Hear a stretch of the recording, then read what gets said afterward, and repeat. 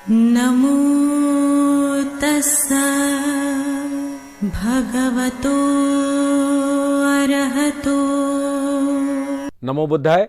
मैं आरपी सिंह आप सभी का हार्दिक स्वागत करता हूं हमारे विशेष कार्यक्रम धम्मदीप में। दर्शकों, धम्मदीप में आज हम बात करेंगे तथागत गौतम बुद्ध के प्रारंभिक जीवन से, जिसमें आज का मुख्य विषय है तथागत गौतम बुद्ध का जीवन परिचय। इस विषय पर विस्तृत जानकारी देने के लिए हमारे मध्य उपस्थित हैं भंते डॉक्टर चंद्रकीर्ति जी। आपने बुद्ध दर्शन में उच्च शिक्षा प्राप्त की है तथा आप देश विदेश में अनेकों सम्मानों से अलंकृत होने के साथ साथ अनेकों मंचों पर बुद्धिज्म पर अपने विचार रख चुके हैं। तो हम स्वागत करते हैं भंते डॉक्टर चंद्रकीर्ति जी का। भंते जी, आपका बहुत बहुत स्वागत है। नमो बुद्धाय। नमो तस्सा भगवतो अरहतो सम्मा संबुद्धस्सा। नमो तस्सा भगवतो अरहतो सम्मा संबुद्धस्सा। नमो तस्सा भगवतो अरहतो सम्मा संबुद्धस्सा। भंते जी, आपका आशीर्वाद देने के लिए बहुत बहुत धन्यवाद। अब समय की सीमा को देखते हुए भंते जी, अब हमारे दर्शकों को बताएं कि तथागत गौतम बुद्ध के जीवन परिचय पर, इस विषय पर आप हमारे दर्शकों को ज्ञान दें।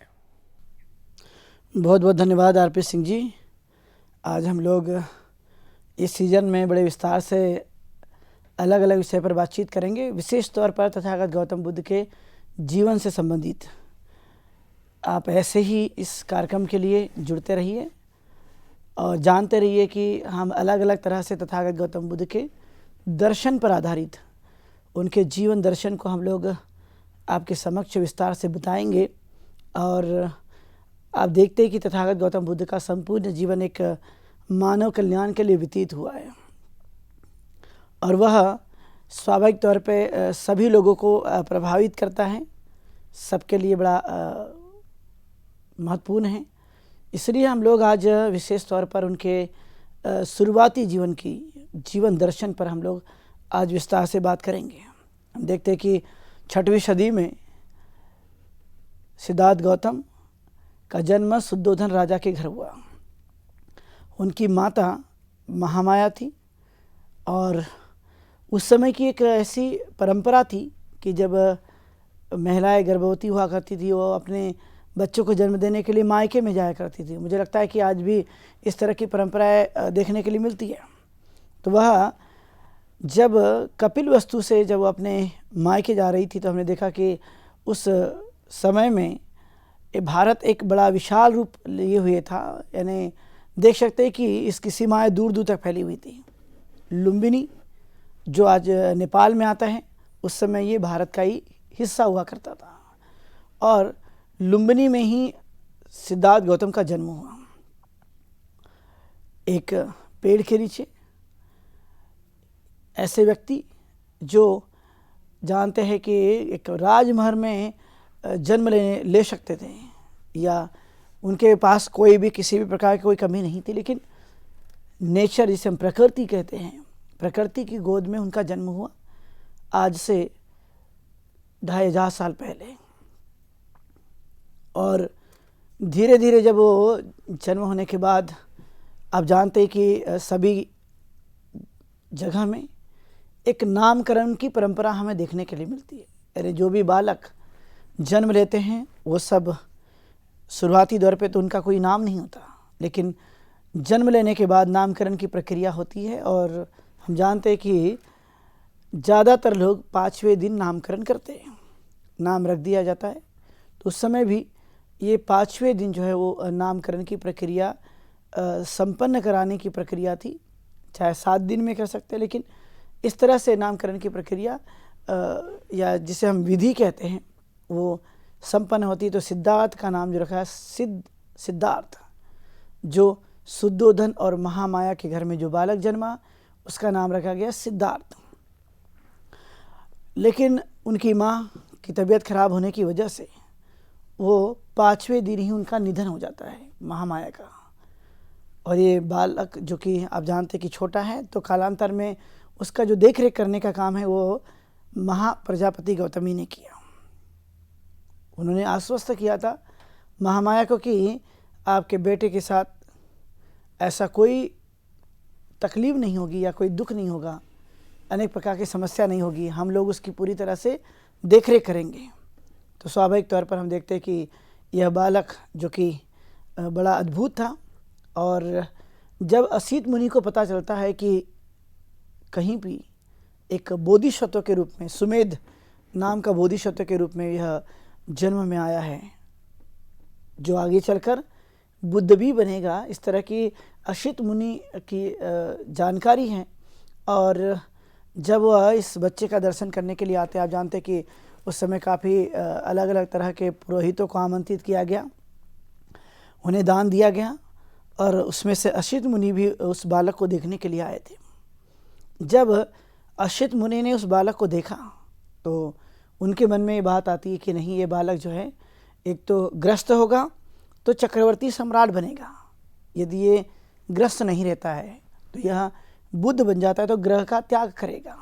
तो इस तरह की उनके मन में ये बात आती है और वो इस बात को डिक्लेयर करते हैं।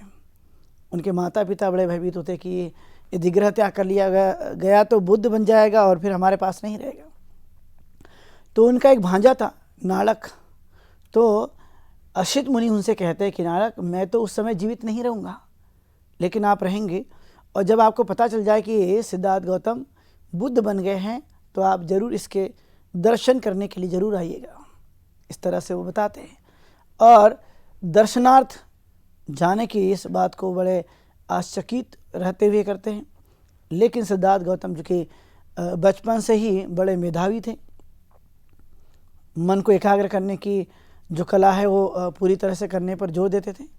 आप देखते होंगे कि जब छोटे बच्चे होते हैं, स्कूल जाने से पहले या गुरुकुल में जाने से पहले, वो जरूर कहीं ना कहीं गांव के जो उस काल में परंपरा थी, है ना, जैसे आप देखते कि पितृदेव को मानने की परंपरा रहती थी, तो वैसे ही देखा जाए तो जैसा कहा गया है कि उनको भी एक जगह ले जाया गया आश्रम में, वहाँ पर मुलाकात की गई और तब जाकर उनको स्कूल भेजा गया।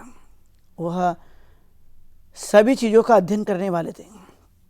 धीरे धीरे बालक बड़ा होता गया और 8 साल की आयु में वह एक जामुन के पेड़ के नीचे बैठ करके एकाग्र अपने मन को करते हुए ध्यान करते हुए, तो देखा गया कि सिद्धार्थ गौतम की 8 वर्ष की आयु में मन को केंद्रित करने का, सांस को काबू में करने का जो अवस्था है वो उन्होंने प्राप्त कर ली थी।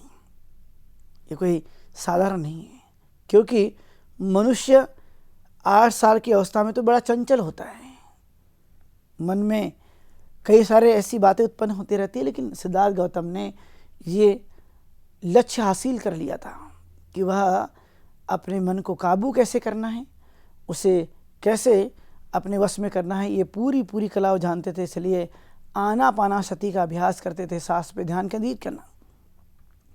इस तरह से उनका जीवन बीतता गया। हम जानते हैं कि महाप्रजापति गौतमी जो शुद्धोधन की दूसरी पत्नी थी, उन्होंने सिद्धार्थ गौतम की बड़ी अच्छी तरह से देख रेख की। जानते हैं कि उनके सभी नातेदार के लोग थे, देवदत्त थे, आनंद थे और भी अन्य उनके नातेदार के लोग थे। और वे सभी लोग बचपन में आप देखते कि जैसे बच्चे खेलते कूदते, वैसे ही सिद्धार्थ गौतम एक दूसरे के साथ खेल कूद करते रहते थे और वह सबके साथ में खेल कूद करके फिर भी उनका ध्यान अपने मन पर नियंत्रित रहता था, पूरी तरह से कोशिश करते थे। ऐसा यही बालक जो है वो धीरे धीरे करके अपना पढ़ाई करते हैं, अध्ययन करते हैं, कुछ प्रैक्टिस करते हैं ध्यान साधना की।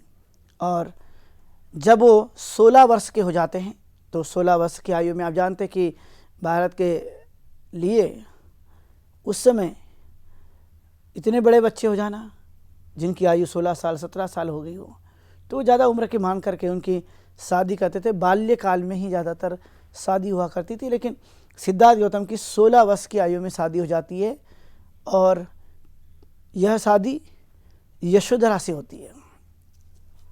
क्योंकि आप जानते हैं कि भारत के अंदर में कई बार ऐसा होता है कि स्वयंवर से भी विवाह हुआ करता था। जो लड़की जिस भी वर को पसंद कर लेती है वो बहादुर हैं, श्रेष्ठ हैं, वैसे व्यक्तियों को राजा वह कहीं ना कहीं अपनी लड़की जो है वो उनको देते थे या उनके साथ शादी कर लिया करते थे। तो यही सिद्धार्थ गौतम के साथ यशोधरा ने उन्हें पसंद किया और उनके साथ शादी हो जाती है। राजा चूँकि आप जानते हैं कि सिद्धार्थ गौतम भी स्वयं एक राजपुत्र थे, राजा के बेटे थे, प्रिंस थे, और इस तरह से उनकी शादी हो गई। और हम देखते हैं कि उस काल में एक और भी परंपरा हुआ करती थी शाक्य कुल में। चूँकि सिद्धार्थ गौतम शाक्य कुल से संबंधित थे और जो शाक्य कुल में 20 वर्ष के अवस्था में पहुंच जाता है उसे संघ का सदस्य बनना अनिवार्य होता है। शाक्य संघ का वो सदस्य बनने के लिए सभा के सामने प्रस्ताव रखा गया और तब सिद्धार्थ गौतम को प्रस्ताव रखने के बाद सहसम्मति से उसे संघ का सदस्य बनाया गया। संघ के कुछ नियम थे, कुछ विचार थे जो सभी सभासदों को, सभी सदस्यों को मानना अनिवार्य हुआ करता था। जो यदि नहीं मानता है तो उसके विरोध में उन्हें दंडित किया जाता था, उससे समझा जाता था कि इन्होंने संघ का उल्लंघन किया है और इसलिए उन्हें सजा दी जाती थी, उन्हें अपराध कबूलना होता था। इस तरह से जब वह अब धीरे धीरे बड़े होते गए, उन्होंने संघ की सदस्यता ग्रहण कर ली। ग्रहण करने के बाद और भी वो लगातार अपने कार्यों में लगे रहे। उनके पिता ने उनके लिए 3 महल का निर्माण किया था। चूँकि उनको लगता था कि मेरा बेटा अब ये सन्यासी हो जाएगा, बुद्ध बन जाएगा तो घर पे नहीं रहेगा। लेकिन राजा होने की वजह से, चूँकि उनके पिता कपिलवस्तु के राजा थे, कपिलवस्तु के रहने वाले थे, और उसी जगह में उन्होंने 3 महल बनवाए थे। ऐसा कहा जाता है कि बारिश के अलग अलग, ठंड के लिए अलग और गर्मी के लिए अलग, यानी तीनों ऋतुओं में रहने के लिए उन्हें अलग अलग तरह के महल बनाए गए थे। उन महलों में सिद्धार्थ गौतम रहा करते थे और फिर भी उनका इन 4 दीवारी के अंदर, खास करके भौतिक चीज़ों में, सिद्धार्थ का मन बिल्कुल भी नहीं लगता था। उनको लगता था कि मेरा जीवन ऐसे ही व्यतीत करने के लिए नहीं है, तो वह सत्य की खोज के लिए, दुखों को दूर करने के लिए, वह इस तरह की भावनाएं बनाए हुए वह पूरी तरह से कोशिश में लग जाते थे। और इसलिए जब वो 20 वर्ष की आयु के हो गए और ऐसे करते करते उन्होंने काफ़ी समय व्यतीत किया, और व्यतीत करने के बाद में एक प्रसंग ऐसा भी आता है जब उनकी आयु 29 वर्ष की हो जाती है। तो 29 वर्ष की आयु में सिद्धार्थ गौतम के सामने एक ऐसी बातें उत्पन्न होती है जिसे कहा गया कि कोलियों और शाक्यों के बीच में होने वाले युद्ध के संकेत। अब ये युद्ध क्यों हो रहा था, उसका एक मूल कारण है कि शाक्य और कोलियों के बीच में एक समझौता था। उस समझौता इस बात को लिए था कि ये दोनों ही वंश के, यानी शाक्य और कोलियों के बीच से, जहाँ पर इनके नगर थे, वहीं से एक रोहिणी नदी नाम की नदी बहती थी, और उस नदी में जो भी पानी रहता था उसका इस्तेमाल जो है शाक्य और कोलियों दोनों ही मिलकर किया करते थे। लेकिन एक समय ऐसा आता है कि कोली लोग सारा पानी इस्तेमाल कर देते हैं और शाक्य को कुछ नहीं मिलता। शाक्य बड़े दुखी हो जाते हैं। शाक्य संघ के सामने एक बातें उत्पन्न हो गई। जो बातें हैं कि कहीं ना कहीं मैं यह जो पानी इस्तेमाल किया गया कोलियों के द्वारा, उसके खिलाफ में युद्ध होना ही चाहिए, उनके खिलाफ हम लड़ना ही चाहिए। इस तरह की भावना शाक्यों के मन में उत्पन्न हो जाती है। अब ये सिद्धार्थ गौतम भी शाक्य संघ का सदस्य है, लेकिन उनके मन में युद्ध की कोई भावना उत्पन्न नहीं होती। वो युद्ध को नकारते, वो झगड़ों को नकारते। उनको लगता है कि नहीं, ये सही नहीं है, और इसलिए वह पूरी तरह से इस पर चिंतन और मनन करते हैं कि युद्ध होने से क्या होगा और ना हो तो क्या होगा। तो इस तरह से वह चिंतन मनन करते हुए ये बात ध्यान में रखते हैं कि नहीं, ये नहीं होना चाहिए। लेकिन शाक्य संघ के लोग कोलियों के खिलाफ में युद्ध करना चाहते थे। तब सिद्धार्थ गौतम ने उसकी हामी बिल्कुल भी नहीं भरी, उसका उन्होंने युद्ध का विरोध किया। और विरोध करने के बाद जो शाक्य संघ था वो बड़े सिद्धार्थ गौतम से अप्रसन्न हुए। उनको लगा कि इन्होंने जो है वो संघ की मर्यादा का उल्लंघन किया है, इसलिए यह इन्हें सज़ा मिलनी ही चाहिए। इस बात की उनके मन में यह बातें उत्पन्न होती हैं, और उसके बाद वह स्वाभाविक तौर पर सिद्धार्थ गौतम जो युद्ध का विरोध करते हैं, वो चाहते नहीं कि युद्ध होना चाहिए, और तब वह उनके विरोध किए जाने के बाद में उन्हें कुछ ऐसे सज़ा के रूप में उन्हें कहा जाता है कि आपको अपनी संपत्ति देनी होगी, आपके सब लोगों को छोड़कर जाना होगा, या फिर आप एक प्रदेश से दूसरे प्रदेश में जाएंगे। तो इस तरह से सज़ा के रूप में उन्हें कोई ना कोई चीज़ दी जाती है। तो यह एक स्वाभाविक तौर पर उस काल में हुई घटना है, जो युद्ध का विरोध करने के बाद सिद्धार्थ गौतम को यह सज़ा दी गई, जो उन्होंने अपने स्थान को छोड़कर दूसरे जाने का मन बनाया। जब ये बात आई तो उनके लगा कि नहीं, मुझे प्रवज्ञा ग्रहण करना चाहिए। चूँकि मैं विरोध करता हूँ इसलिए सज़ा मुझे ही मिलनी चाहिए, मेरे माता पिता को नहीं, मेरे पत्नी को नहीं, मेरे बच्चों को नहीं, मेरे सगे संबंधियों को, किसी को भी किसी प्रकार की सज़ा नहीं मिलनी चाहिए। इस तरह से उन्होंने विचार रखे, और विचार रखते हुए उन्होंने एक ही विचार उनके मन में आता था, वो था प्रवज्ञा ग्रहण करना, गृह त्याग कर देना। और उसी भावना के आधार पर वो चलने की कोशिश में लगे, और उन्होंने अपने माता पिता को, अपने सगे संबंधियों को, सभी को उन्होंने बताया कि अब मैं प्रवज्ञा ग्रहण करने वाला हूँ, गृह का मैं त्याग करने वाला हूँ।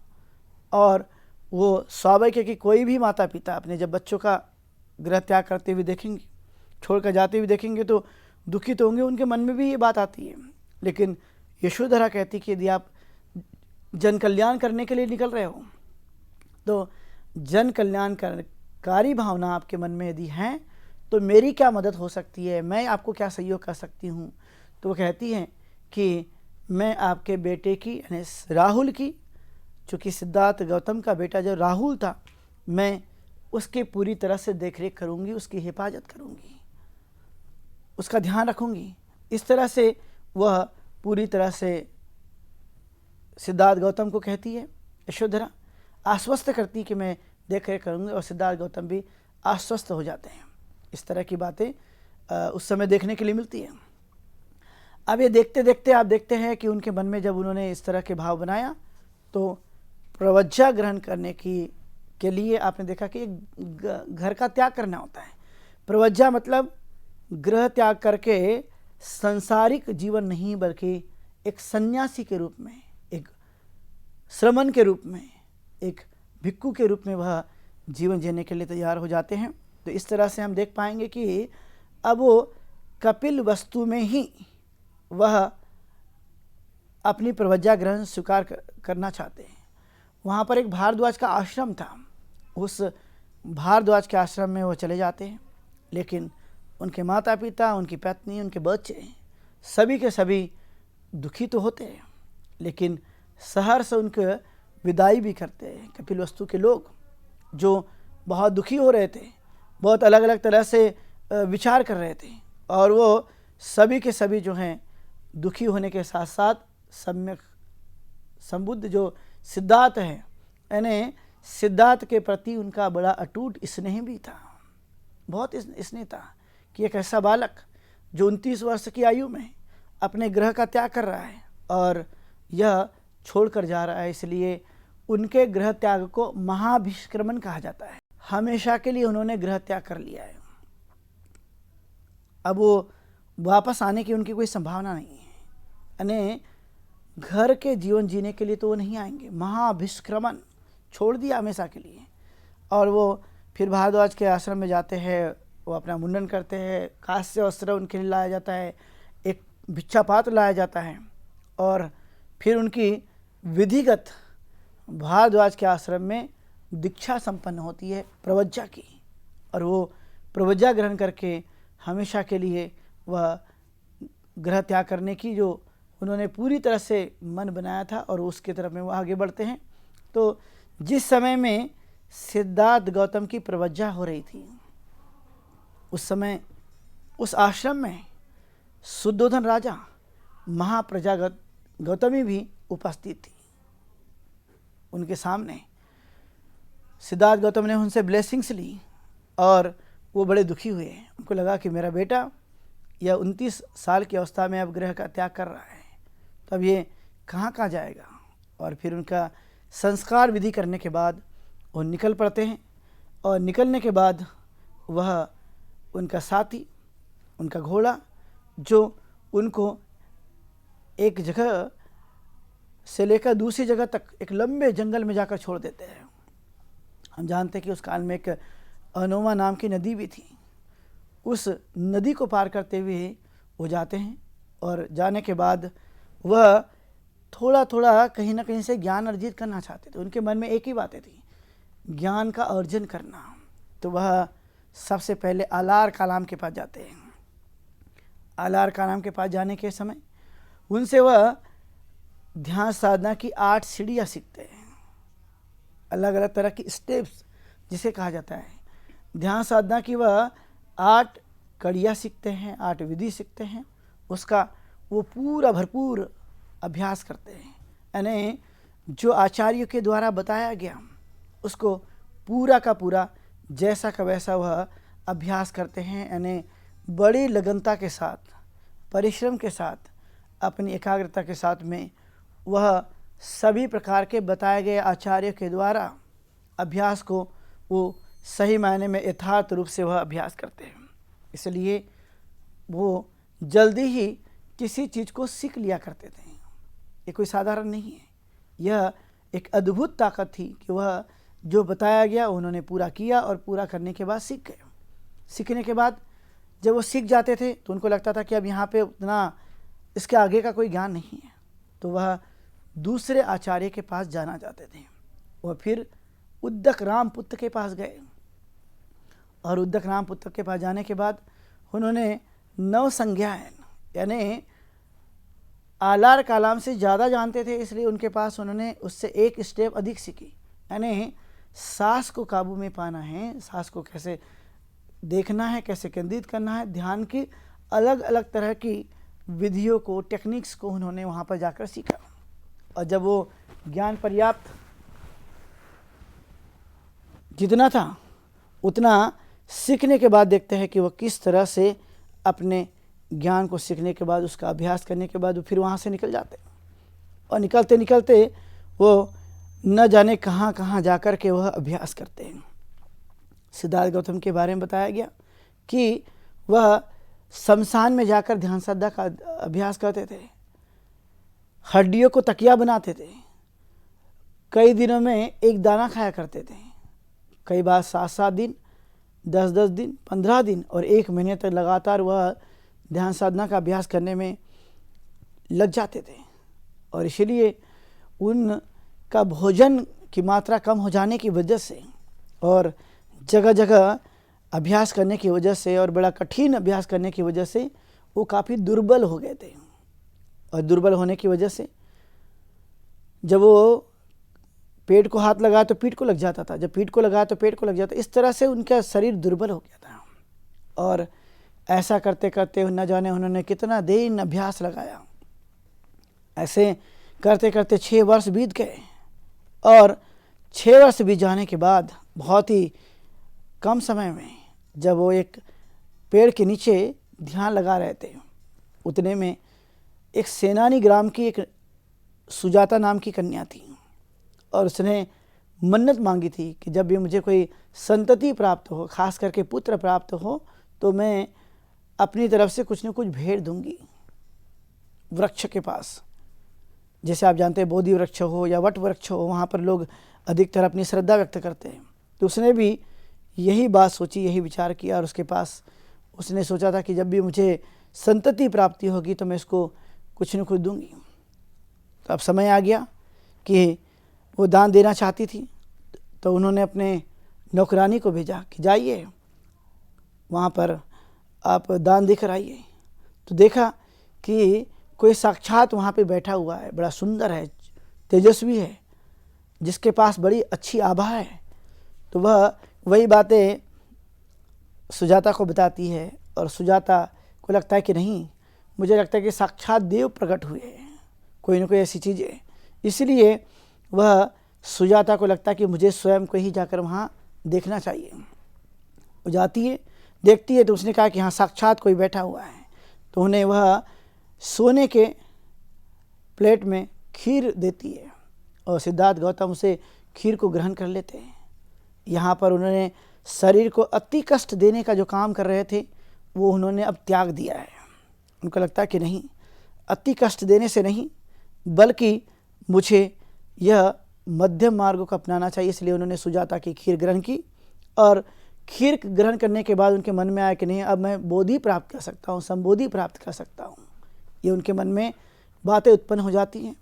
तो आज हम लोगों ने सिद्धार्थ के जीवन से कुछ संबंधित चीज़ों को जानने की कोशिश की है, उनके विचारों को हमने आज सुना है और भी विस्तार से इसके आगे हम लोग विस्तार से बताएंगे। आज के दिन इतना ही।